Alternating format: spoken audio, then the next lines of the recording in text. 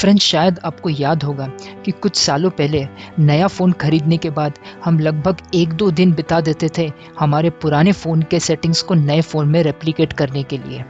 But आजकल कुछ ऐसे ऐप्स आ चुके हैं जैसे कि सैमसंग का स्मार्ट स्विच ऐप, जिसके हेल्प से हम हमारे पुराने फ़ोन के सेटिंग्स को नए फ़ोन में कुछ मिनटों में रेप्लिकेट कर लेते हैं। बट इसी दौरान हम हमारे नए फ़ोन के सेटिंग्स को ज़्यादा एक्सप्लोर नहीं करते हैं और वो अनअवेयर रह जाता है। यानी कि हमारे फ़ोन के सेटिंग्स के बारे में हमें ज़्यादा जानकारी नहीं होती है। तो आज हम इस वीडियो में कुछ ऐसे सेटिंग्स के बारे में ही डिस्कस करेंगे जो आपके फ़ोन में मौजूद है बट शायद आप उनके बारे में नहीं जानते हैं।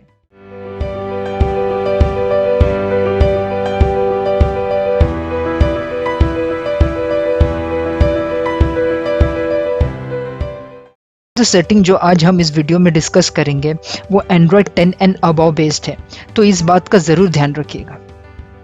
तो फ्रेंड्स, सबसे पहला सेटिंग हमारा डार्क मोड रिलेटेड है। डार्क मोड एक ऐसा ऑप्शन है जिसे एनेबल करने के बाद आप अपने फ़ोन की बैटरी को कुछ हद तक एक्सटेंड कर पाते हो। बट आपको पता है कि डार्क मोड को एनेबल करने के बाद भी कुछ ऐप्स ऐसे हैं जो डार्क मोड सपोर्ट नहीं करते। जैसे कि आप देख सकते हो, मेरा फ़ोन ऑलरेडी डार्क मोड पे रन हो रहा है, बट अगर मैं मेरे फ़ोन के एप्लीकेशन में जाके अमेज़न शॉपिंग ऐप को ओपन करूं तो ये फिर भी वाइट मोड पे ओपन होगा, यानी कि ये डार्क मोड को सपोर्ट नहीं कर रहा है। बट आज मैं आपको एक ऐसा हिडन सेटिंग बताने वाला हूँ जिसे एनेबल करने के बाद आप ऑलमोस्ट ऐसे सारे ऐप्स को भी रन कर पाओगे डार्क मोड पे जो यूजुअली डार्क मोड सपोर्ट नहीं करते हैं। तो इस हिडन सेटिंग को एनेबल करने के लिए सबसे पहले आपको सेटिंग्स में जाना होगा। सेटिंग्स में जाते ही सबसे लास्ट ऑप्शन अबाउट फ़ोन पे क्लिक करना पड़ेगा। अबाउट फ़ोन के अंदर जाते ही आपको सॉफ्टवेयर इंफॉर्मेशन पे क्लिक करना होगा। फिर आपको अंदर एक बिल्ड नंबर करके एक ऑप्शन मिलेगा, आपको उसमें मल्टीपल टाइम्स टैप करना पड़ेगा। जैसे ही मल्टीपल टाइम्स टैप करने के बाद डेवलपर ऑप्शन एनेबल हो जाए, आपको एक नीचे छोटा सा मैसेज आ जाएगा। फिर आपको सेटिंग्स के इस पेज से बाहर आना है और फिर मेन पेज पे चले जाना है। मेन पेज पे आपको अबाउट फ़ोन के नीचे डेवलपर ऑप्शंस मिल जाएगा। ये डेवलपर ऑप्शंस हमने अभी एनेबल किया है।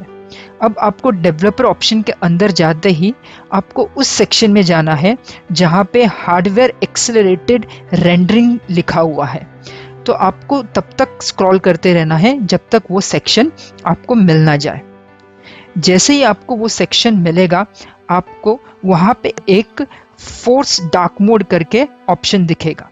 आपको इसको सिर्फ एनेबल करना है।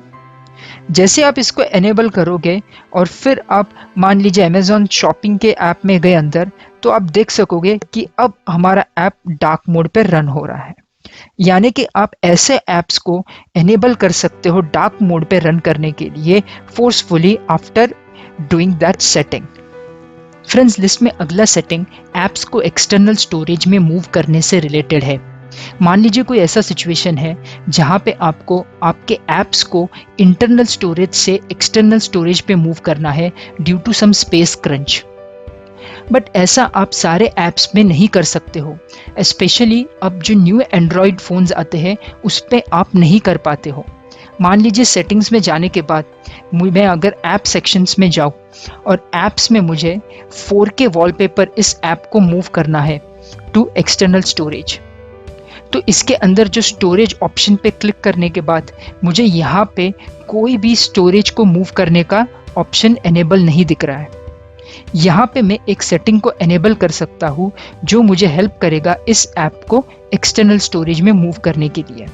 उसे एनेबल करने के लिए हम फिर से डेवलपर ऑप्शंस में चले जाएंगे और फिर सबसे एंड में हम स्क्रॉल करेंगे। एंड में पहुँचते ही हम कुछ सेक्शंस ऊपर जाएंगे और वहाँ पे रुक जाएंगे जहाँ पे हमें force allow apps on external दिख रहा है। इस ऑप्शन को एनेबल करने के बाद हम डेवलपर ऑप्शन से बाहर आ जाएंगे और फिर से ऐप सेक्शंस में चले जाएंगे। यहाँ पे हम फिर से वही एप्लीकेशन यानी 4K वॉलपेपर्स पे क्लिक करेंगे और फिर स्टोरेज ऑप्शन पे क्लिक करेंगे।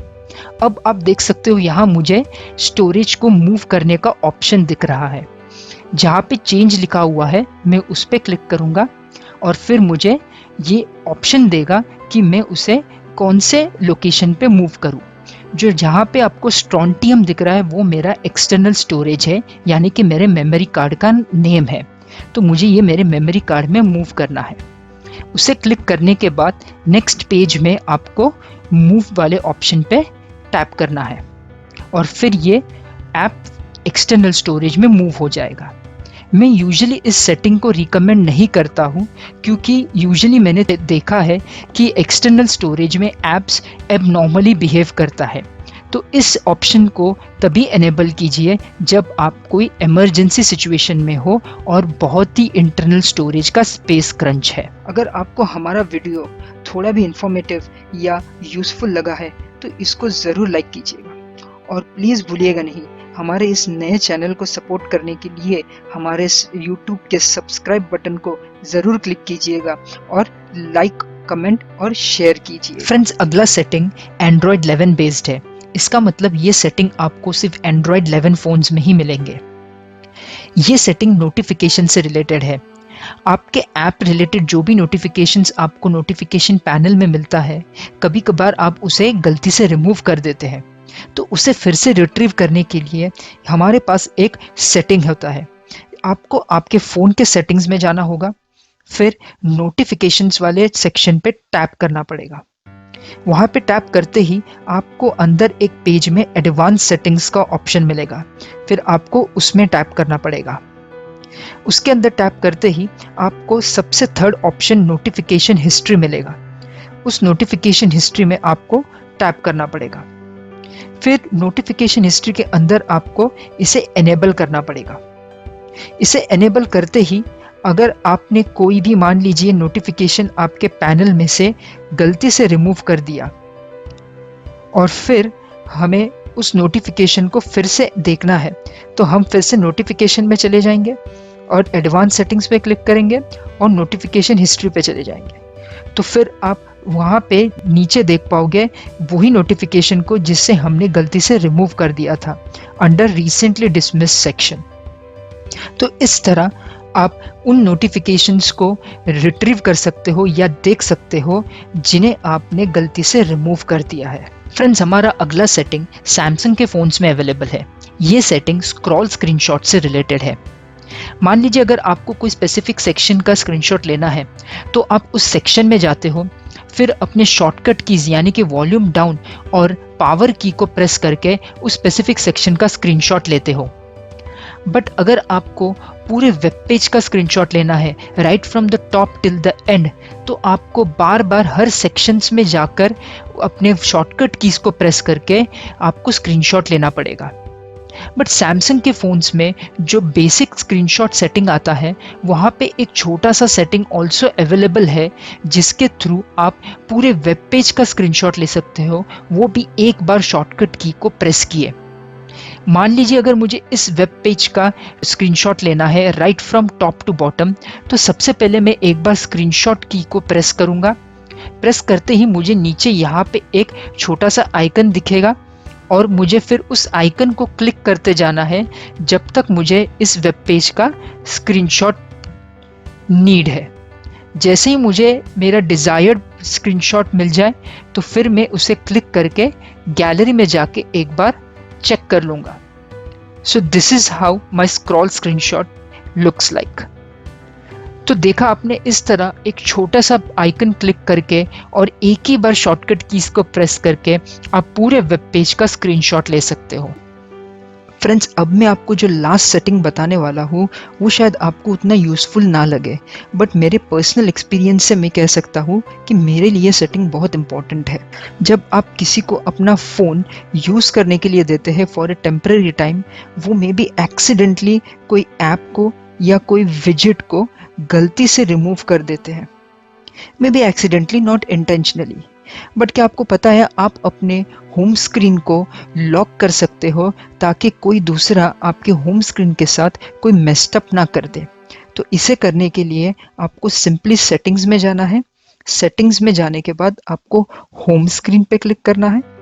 होम स्क्रीन के अंदर जाते ही आपको एक ऑप्शन मिलेगा लॉक होम स्क्रीन लेआउट। आपको लॉक होम स्क्रीन लेआउट को एनेबल करना है।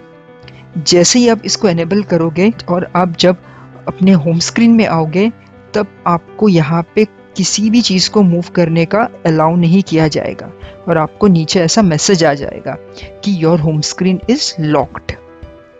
और ठीक उसी के नीचे एक और बोनस सेटिंग भी छुपा हुआ है। होम स्क्रीन के अंदर जब अगर फॉर एग्जांपल आपने कोई नया ऐप प्ले स्टोर से डाउनलोड किया, तो आपको उस ऐप का शॉर्टकट होम स्क्रीन में किधर भी नहीं चाहिए, वो डायरेक्ट ऐप ड्रॉअर में ही बैठना चाहिए। तो उसके लिए आपको इस सेटिंग को एनेबल करना है।